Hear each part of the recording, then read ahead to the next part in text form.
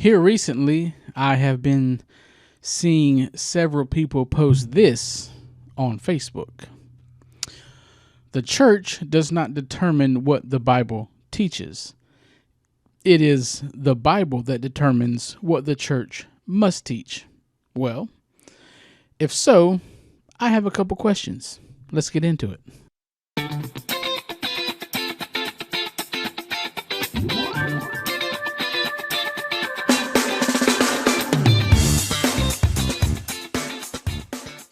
When I first saw this post on Facebook, I just kind of scratched my head, really trying to make sense of it.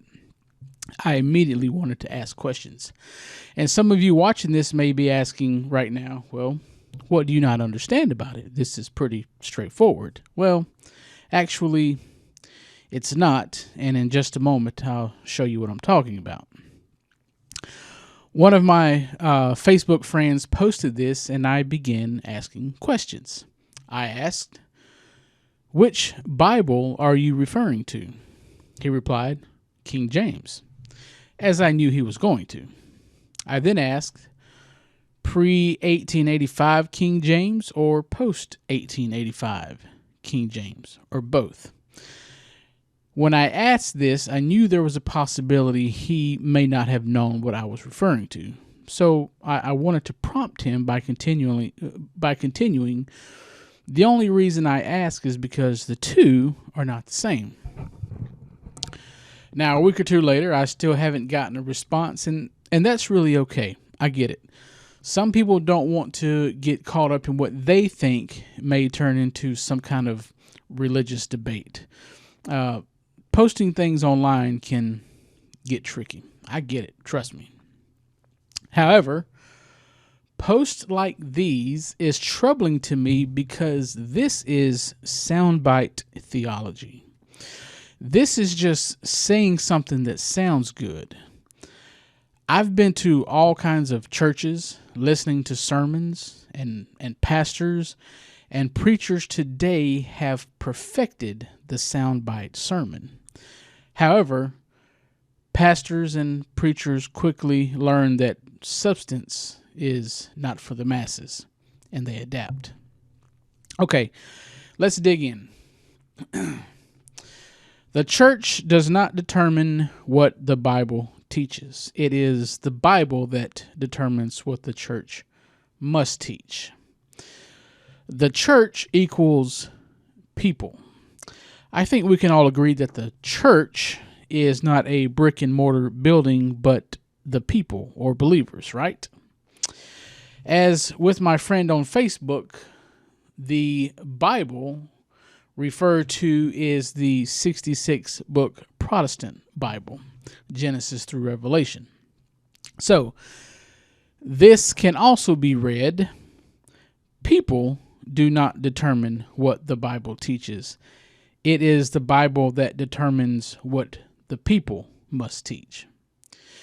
The King James Version of the Bible was finished in 1611.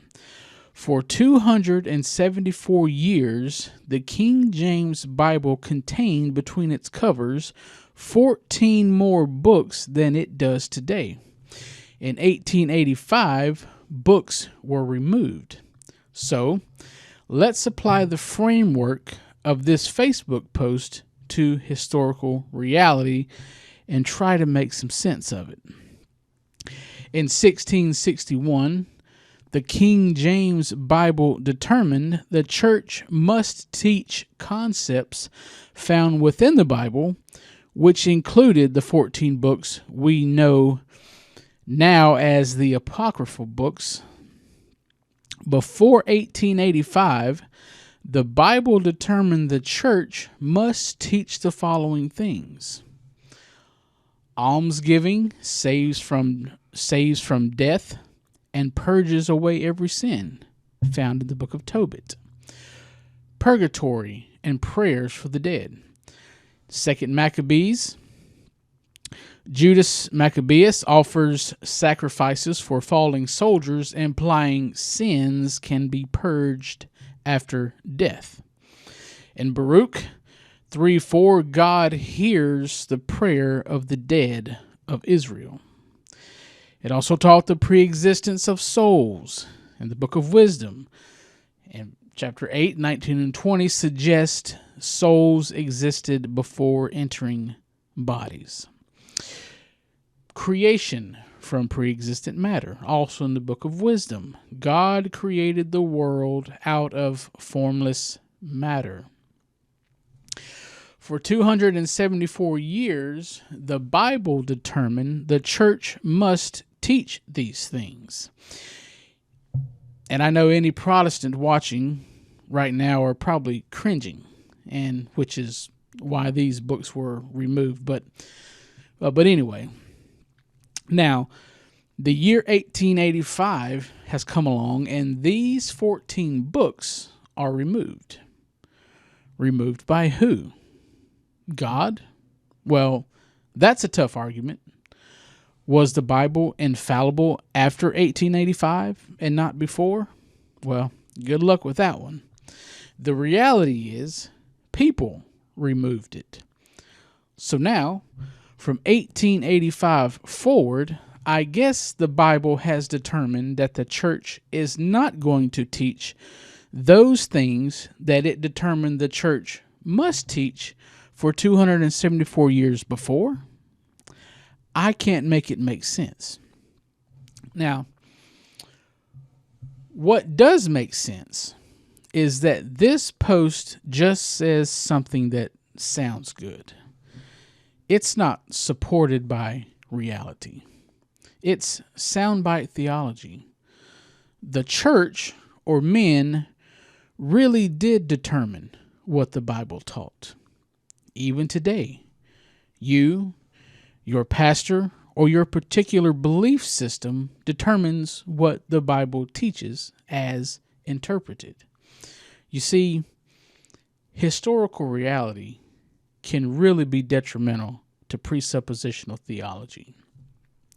Now, having said all that, I'm not opposed to posting things like this. I just want people to understand what they're posting.